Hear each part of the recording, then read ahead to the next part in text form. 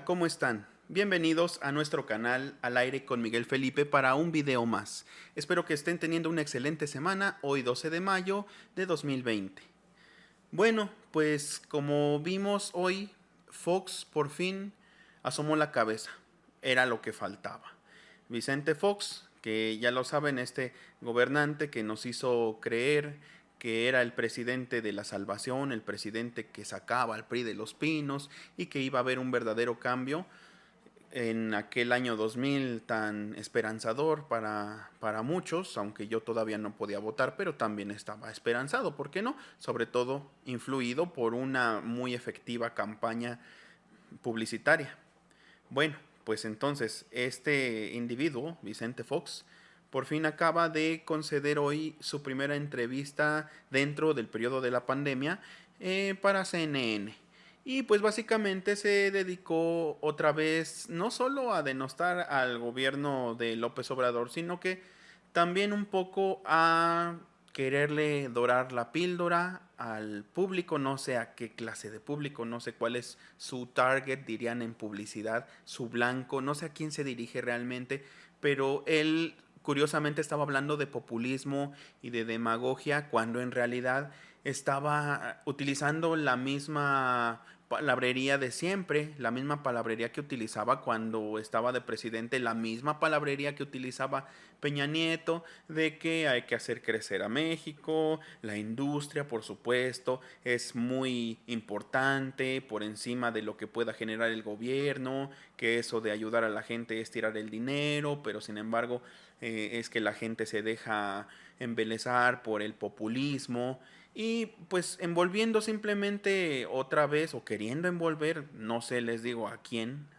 estas alturas, a la gente con este discurso de que es un peligro para México López Obrador, como lo quisieron hacer parecer en 2006 y obviamente pues le robaron la presidencia.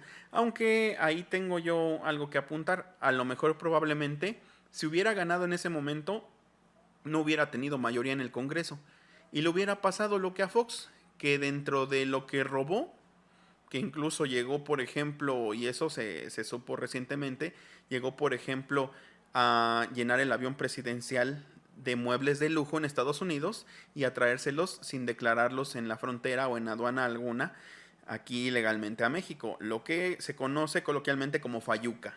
Entonces decíamos, Vicente Fox, dentro de todo lo que fue su gobierno, con su corrupción y con su favoritismo hacia los intereses privados, pues también fue muy notorio que sufrió de muchas piedritas en el camino que le puso la oposición que había en esos tiempos. Era una oposición conformada en ese tiempo sobre todo por el PRD y por el PRI. El PRI le tenía un poquito de tirria, aunque llegaron a ciertos acuerdos, pero el PRI le tenía un poco, digamos, de resentimiento porque lo atacó mucho en aquella campaña que, como decíamos, fue más una campaña publicitaria que una campaña política. Total que entonces Vicente Fox pues ahora está diciendo también que por ejemplo es insano y es peligroso para la democracia que no haya un equilibrio de poder y que Morena tenga actualmente la mayoría en el Congreso. Pero pues esto es una circunstancia que se dio porque la gente votó. No es que López Obrador llegó avasallando, que tomó el poder de una manera intempestiva y que entonces puso a todo el Congreso, que sacó a la gente del Congreso y puso a toda su gente. No, pues la gente votó, la gente sintió que ya era demasiado de promesas falsas, que obviamente no podríamos decir que todas las promesas que se estén haciendo ahora puedan cumplirse, pero las promesas que hacía, por ejemplo, Peña Nieto, sus acuerdos firmados ante notario, estaban diseñados para no cumplirse, que eso ya es otro cantar, ¿no? Entonces Vicente Fox pues utiliza siempre este tipo de lenguaje, este tipo de discurso, porque bueno, para los que no lo sepan ya ven que se habla mucho de discursos y narrativas, ¿no? Este lenguaje elevado que utilizamos a lo mejor los analistas, pero sin reparar en que no todo mundo sabe qué significan. Bueno, pues por ejemplo, esto del discurso no se refiere propiamente a hablar en público. El discurso se refiere más bien a lo que trae dentro de sí aquello que estoy hablando, qué quiero decir realmente, a qué me refiero con lo que estoy diciendo. Y vamos con un ejemplo interesante. Vean cómo los movimientos que están en contra de este gobierno actual, autodenominado la Cuarta Transformación, vean cómo estos movimientos o estos personajes para todo están utilizando el nombre de México. Por ejemplo, Vicente Fox, que repite hasta la saciedad: yo trabajo por México, yo estoy aquí trabajando por México. Felipe Calderón, por supuesto, que siempre está diciendo aquí, haciendo lo necesario por este bello país, haciendo todo por México, dándolo todo por México. O por ejemplo, este famoso grupo de Chalecos México, que antes era Chalecos Amarillos, pero pues al recibir esas avalanchas de críticas en Twitter, porque se comparaban obviamente con este movimiento de los chalecos amarillos de Francia, que es un movimiento de izquierda, contra Emmanuel Macron, que es el presidente de derecha que en estos momentos gobierna Francia. Entonces pues ellas salieron con la cola entre las patas, podríamos decirlo, porque realmente solo se denominaban como un partido, como un movimiento de oposición, pero pues no estábamos en el mismo contexto como para adquirir ese nombre de los chalecos amarillos. Finalmente pues fueron Chalecos México. Entonces observen cómo todos estos movimientos dicen México, México para todo. Incluso este señor Pedro Ferriz de Con, en uno de sus mítines, de los discursos que da en estas marchas del odio, no solo contra este gobierno, sino contra la gente que simpatiza con él por motivos raciales, principalmente raciales y económicos. En uno de estos discursos que dio, él terminaba arengando a la gente diciendo: Dios bendiga a México. Obviamente apelando en una clara alusión al nacionalismo, al chauvinismo. El chauvinismo, que es un término que se refiere al patrioterismo más barato que puede haber, que viene de un ultrapatriota de los tiempos de Napoleón, de Nicolas Chauvin, que era un francés que decía que siempre estaba dispuesto a dar la vida por la patria. Entonces, pues ellos se envuelven en la bandera, como decimos coloquialmente, o como decimos popularmente, se envuelven en la bandera como Juan Escutia, y van por ahí soltando puñetazos a diestra y siniestra, pero envueltos en la bandera de México. Por ejemplo, también tenemos históricamente a personas como Benito Mussolini, que fíjense qué paradoja, porque a Benito Mussolini yo pensaba que a lo mejor estaba castellanizado su nombre cuando lo mencionan como personaje histórico, pero en realidad es que su papá era admirador de Benito Juárez, por eso le puso Benito Mussolini a un italiano, y fue un dictador pues que estuvo hasta el 45, estuvo en medio, o ya cuando había terminado la Segunda Guerra Mundial, cuando estaba terminando, los partisanos contrarios a él, al partido fascista, a este partido que utilizaba como bandera la religión precisamente, y obviamente también el racismo, para controlar a la población y para imponer un régimen que para ellos era orden, pero para las minorías era terror. Decíamos, pues lo aprenden, y el 28 de abril del 45 lo ejecutan junto con su amante Carletta Petacci, y los dejan colgados en la Piazza Loreto de Milán, y la gente, la turba, los agarra como piñatas, y a Mussolini lo dejan hecho trizas. Entonces ahí fue el fin, digamos, de esta figura fascista, pero que siempre se echaba a Italia a los hombros, y de hecho él quería que Italia fuera el país católico como modelo a seguir en todo el mundo.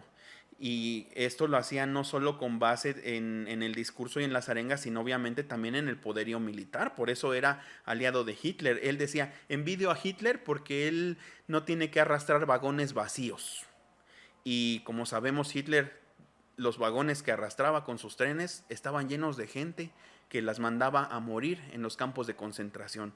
Para que nos demos una idea de cómo es este discurso fascista, cómo es este discurso que también es maniqueísta de cierta forma. Manes, O sea, me refiero ahora de dónde viene el término maniqueísta, porque también en el análisis es muy socorrido este término, ¿no? El maniqueísmo. Es que tal es muy maniqueísta, pero nunca nos dicen de dónde vienen. Bueno, pero por suerte aquí estoy yo para decirles. Entonces, el maniqueísmo viene de podríamos decir, el místico, el iluminado Manes, que predicó en el Imperio Persa durante el siglo III.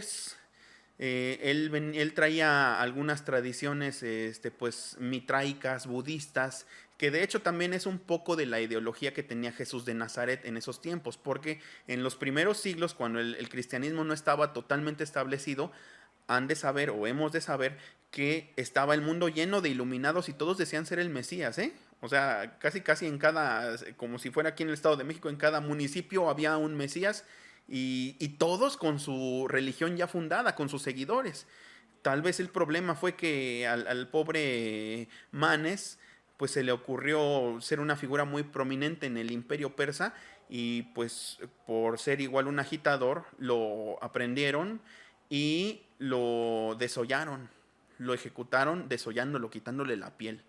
Entonces, básicamente la doctrina de Manes, el maniqueísmo, consistía, o su premisa básica era, que dentro de nosotros hay una eterna lucha entre el bien y el mal. O sea, que eres malo o eres bueno, no hay de otra. Estás de un lado o estás de otro.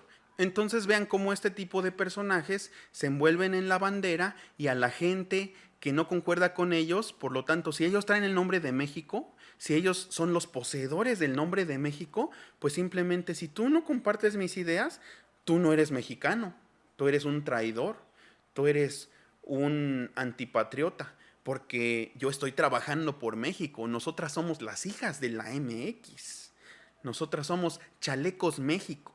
Y obviamente si tú no traes puesto este chaleco no eres mexicano, porque estás a favor de un gobierno que nos quiere vender. A lo mejor podrían inventarse, ya se han querido inventar cosas así antes. De hecho, los presidentes priistas como López Mateos, bueno, desde López Mateos inició esa tradición. Después, por ejemplo, estuvo Echeverría también. Bueno, estuvo primero Díaz Ordaz, luego Echeverría. Pero lo que sí se sabe concretamente es que tenían sus acreditaciones, sobre todo de ellos dos. Hay la evidencia de Echeverría y de Díaz Ordaz. Díaz Ordaz era Litempo 8 cuando estaba durante su mandato y Echeverría era Litempo 14, el secretario de Gobernación. O sea que, ojo, presidentes mexicanos, bueno, en ese momento presidente y esta figura, que es el segundo como el vicepresidente en otros países,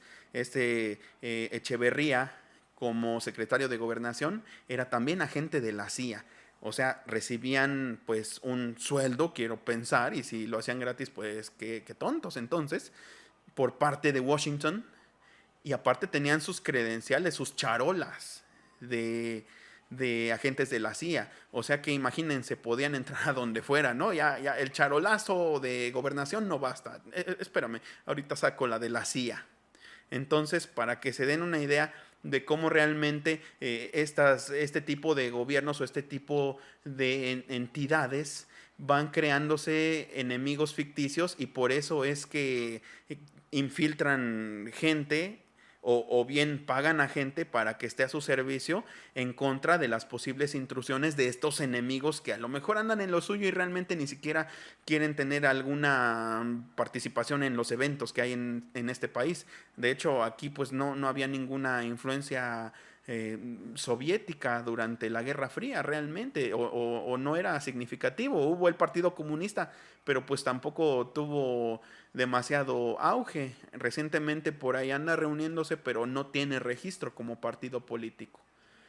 Y pues bueno, entonces, antes de despedirme, ya saben que pues tienen que suscribirse a este canal, tienen que darle clic a la campanita, es lo que me dicen algunos, que recuérdales esto, que le den clic a la campanita, que se suscriban. La campanita es para activar las notificaciones, ya lo saben, es para que cuando suba yo un nuevo video queden suscritos y perdón, que les avise, dicen que a veces no avisa, bueno, pues ya veremos qué sucede, pero el chiste es que lo promocionen, el chiste es que difundan, esto es conocimiento, esto es análisis, con toda la humildad del mundo pongo mi humilde conocimiento al servicio de ustedes, de la gente, porque si uno estudia y no es para brindarse a la gente, pues no sé de qué forma puede salir adelante realmente como ser humano. Mucha gente en su rubro lo hace a su manera, por ejemplo, hoy que es el Día Internacional de la Enfermera, en que por cierto toca hacer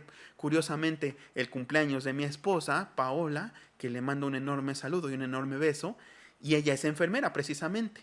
Pues esta gente actualmente está, como sabemos, literalmente dando la vida por nosotros, así que por cierto hay que cuidarnos.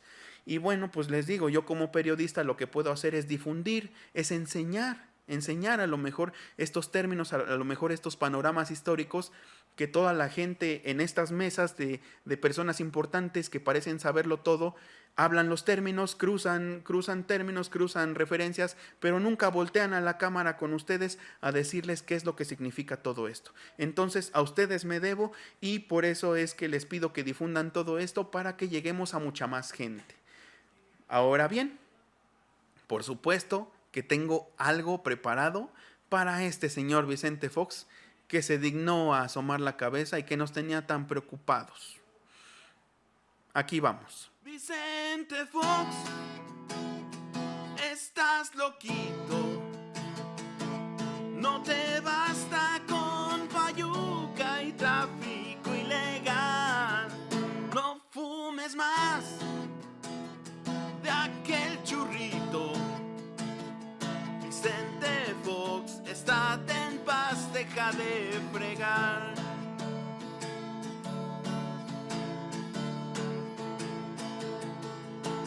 Vicente Fox, estás loquito. No te basta con fayuca y tráfico ilegal. No fumes más de aquel churrito. Vicente Fox, estate en paz, deja de fregar.